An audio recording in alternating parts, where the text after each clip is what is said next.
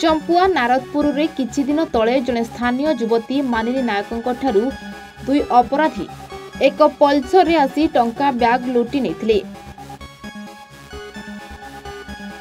Manini निकटस्थ bank of India रु टंका उठाई फेरी नारदपुर बस स्टैंड रे ओल्हाई चाली चाली जाउथले।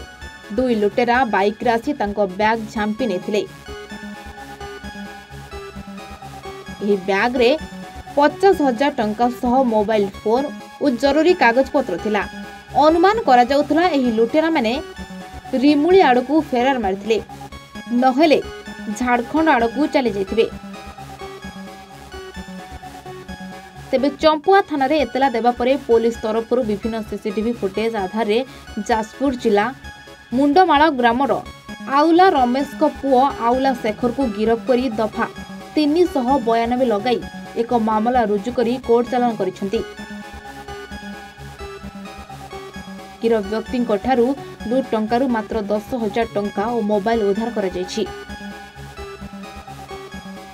पैसा थिला 50,000 मासुक दुईटा थिला, मोटे मो बड़ा पार्टे आधार कार्ड थिला आ एमआईसी सर्टिफिकेट थिला। मो फास्ट एठी जने काका माने एठी जने काका लागबे से मने इमली फोन करले, तापरे आईसी मैडम को चंपुआ को फोन करले, तापरे इमली अथरे एफआईआर गुटे दैते गनु बले मैडम आसी साथिले नि आईसी मैडम चंपुआ घर को नादपुर बैंक पाखरे थिला आईसी मैडम घर जाई कि सेठी देखि फुटेज देखा पय गनु आमे अथरे बैंक को गनु।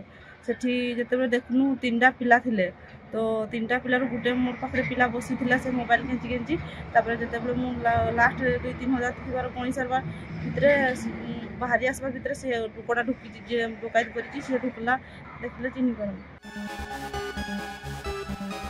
केंदुछरु दिलीप कुमार साहू को रिपोर्ट, ए वन ओडिशा।